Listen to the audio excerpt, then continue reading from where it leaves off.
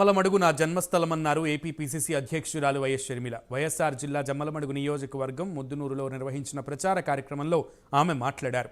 Kadapa YCP MP అభ్యర్థిగా ఉన్న అవినాష్ రెడ్డిని మారుస్తారనే వార్తలు వస్తున్నాయని ఎద్దేవా చేశారు.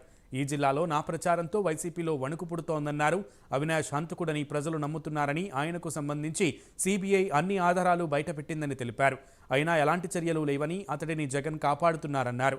సొంత బాబాయిని చంపిన వాళ్లకి మళ్లీ సీట్ ఎందుకు ఇచ్చారని ఆమె ప్రశ్నించారు. ప్రజలు నిజాలు తెలుసుకున్నారని, ఆయన్ను మార్చాలని చూస్తున్నారన్న షర్మిల, అవినాష్ ఓడిపోతారని తెలిసే మారుస్తున్నారా అన్నారు.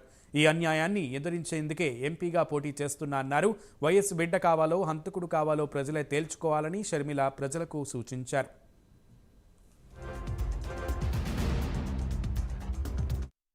ఈరోజు మీరు ఓట్లేస్తే గెలిచాడు అవినాష్ రెడ్డి, మీరు ఓట్లేస్తే ఎంపీ అయ్యాడు అవినాష్ రెడ్డి గారు.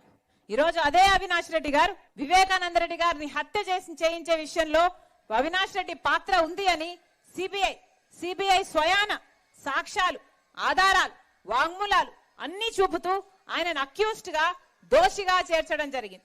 మరేమైంది? అక్యూజ్డ్ గా, దోషిగా ఒక పెద్ద మనిషి, రాజశేఖర రెడ్డి గారి తమ్ముడు, ముఖ్యమంత్రి గారి తమ్ముడినే చంపించారు అని కేసులో ఉన్నా కూడా ఈ రోజు వరకైనా అవినాష్ రెడ్డి ఒక్క రోజైనా జైలుకు వెళ్ళాడా? లేదు.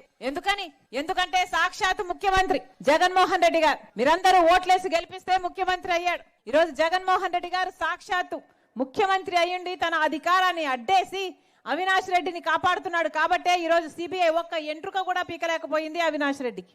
న్యాయమేనా ఇది? ధర్మమేనా ఇది? అధికారం ఇచ్చింది ఎందుకు? జగన్మోహన్ రెడ్డి గారిని నమ్మి ఓట్లేసింది ఎందుకు?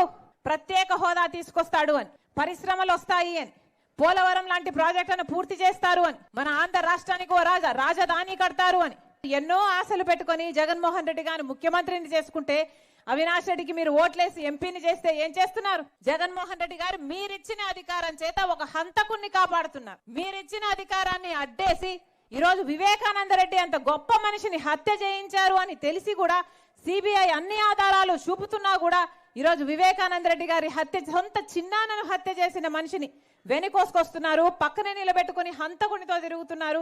5 సంవత్సరాలుగా ఒక హంతకుని వెనకేసుకొచ్చారు జగన్మోహన్ రెడ్డి గారు. 5 సంవత్సరాలుగా ఆయనను కాపాడడం ఒక ఎత్తైతే, 5 సంవత్సరాలుగా వివేకానంద రెడ్డి గారి ఆత్మకు శాంతి కలగపోవడమే ఒక ఎత్తైతే, 5 సంవత్సరాలుగా ఒక హంతకుడు తప్పించుకోవడం ఒక ఎత్తైతే, ఈ రోజు మళ్ళీ అదే హత్య చేయించారు అని చెప్తున్న అవినాష్ రెడ్డికే మళ్ళీ ఎంపీ